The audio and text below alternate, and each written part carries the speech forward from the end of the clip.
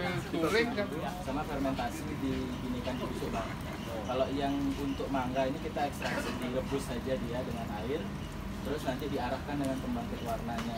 Pembangkit warna pun itu juga kita pakai masih kandungan alam, kimia alam kayak tawas, dari batu juga, terus ada batu kapur, limestone, yang terakhir itu ada timbun. Jadi tiga belum dapat. Jadi kita fokus untuk milih pakai daun. Nah, Ngapain tuh? fiber yang masih lebih kuat dan jenisnya kita masih banyak dapat. Tadi pakai warna ini dulu.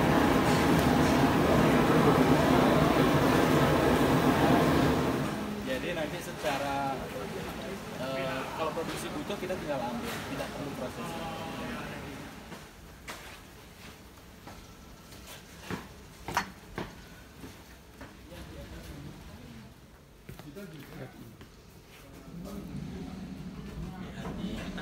Kita sedikit pengen menonjolkan sisi itunya, sisi pekerjaan tangannya.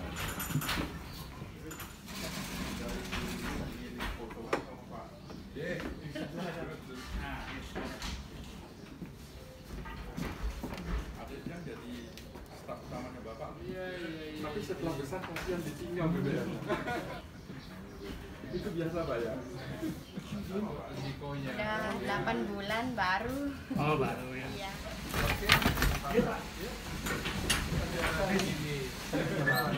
Fermentasi ini hanya warna biru Pak. Ah, biru. Nah, jadi di atas kita mencari bahan sekitar 400 kilo. Nah, jadi kita buat bahan itu agar ada di bawah air. Ah, Di bawah air itu fermentasi akan berjalan sekitar 24 jam kali 2.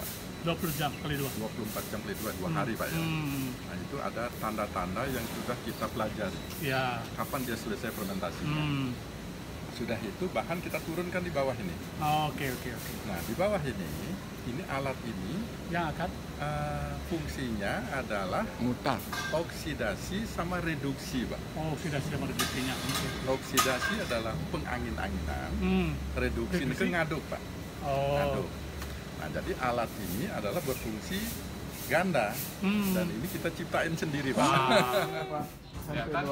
Bahan baku Lu mau ngomong di situlah rata-rata kita dapat dari Jawa, itu daerahnya di Majalaya sama Gresik. Itu ada beberapa supplier kita. Tapi kalau bahan baku kapas itu mereka impor kebanyakan. Spinningnya prosesnya di Indonesia. Kalau umumnya sih datang itu dari dua tempat itu, antara India atau Cina gitu. Datang bahan bakunya.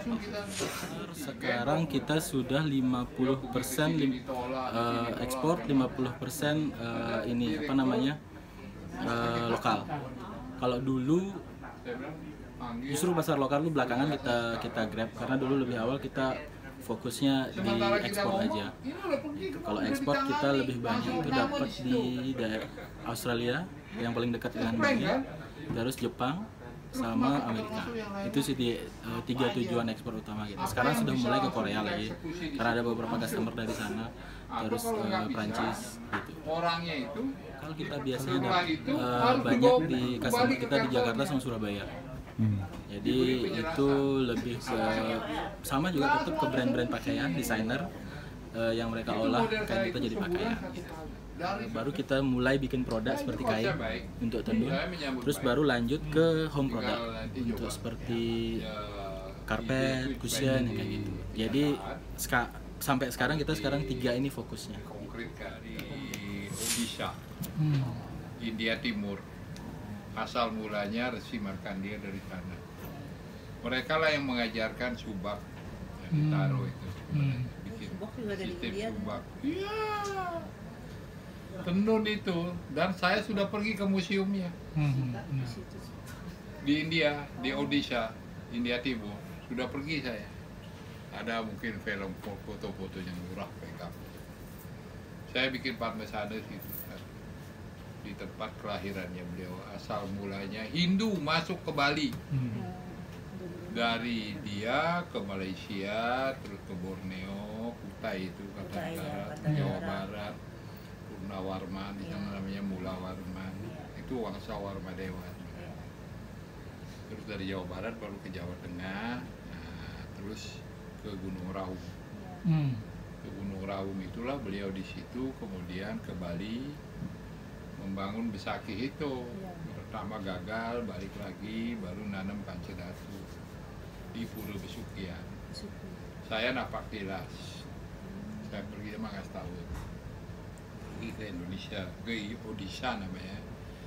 Makanya ada di sana namanya Bali Yatra Festival, bulan November. Tiap itu namanya ada sungai, jadi kapal-kapal dagang mereka itu perdagangan sebenarnya. Dari sana nama sungai besar sekali, Sungai Mahanadi namanya. Coba kalau Pedande atau Pemangku Ngeleneng Lunas Tirta itu kan dari 7 tir air suci di India, mulai dari Sindhu, Ganges, Serayu sampai nomor 7 itu Mahanadi. Mahanadi itu sungainya di situ, di Odisha itu. Nah, disitulah sumber pertama yang mengajarkan ke situ. Saya sudah pergi ke museum mereka, museum tekstil di situ, pusat tekstil. Dia tuh sebenarnya di situ. Saya masih ketemu alat itu, tapi nggak berfungsi lagi. Alat itu masih ada. Saya berfoto. Replikanya gitu apa aslinya? Bukan replika aslinya. Jadi yang dulu dibawa contohnya ke Bali itu ya itu. Mereka bikin museum namanya Maritime. Ada 2, museum tekstil, ada lagi Maritime Museum. Saya mendirikan part sana di Maritime Museum itu yang pinggir sungai. Tiap tahun ada festival itu, jutaan orang datang ke situ untuk merayakan. Nah, jadi itulah sejarah tenun ikat kita. Namanya juga ikat.